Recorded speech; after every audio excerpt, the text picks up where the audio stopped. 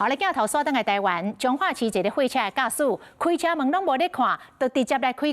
啊，一个骑士拄啊好驶到位，弄着车门，摔倒在地，袂振动。当时天气真热，点啊加路烧烫烫。加在有袂少热情的民众到协助，有人铺纸箱啊，有人举雨伞来炸热，就惊这个受伤的骑士会着煞。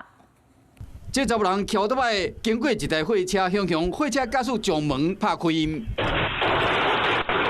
碰到一声连人带车倒伫涂骹，这个人拢袂振动，对着后壁骑倒摆的人呢，看到这个画面，赶紧冻店，后来呢，才骑去到路边，包括货车的司机，也有路边的乡亲，赶紧去关心这个骑乌倒摆人的伤势。救护车赶到现场，发生的当时是伫18钟头11点外，真热。有乡亲烦恼讲，这道路伤烧，提出纸箱啊铺伫涂骹，嘛好什么人举伞，就惊伊会着酸。下车一定要看后面，注意后面有没有来车，不然后果这个很难预料。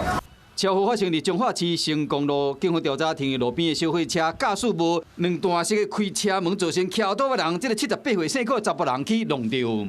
小货车驾驶座车门突然开启，撞上普重机车后，导致普重机车驾驶因而倒地。经送医救护后无大碍，双方9测值为0。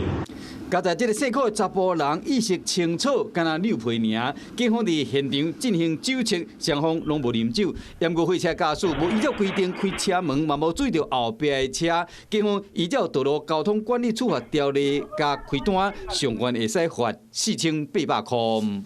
Hello， 我是郑雅芳。想要抢先掌握最及时的新闻资讯吗？赶快订阅、按赞、开启小铃铛，锁定华视新闻 YouTube 频道。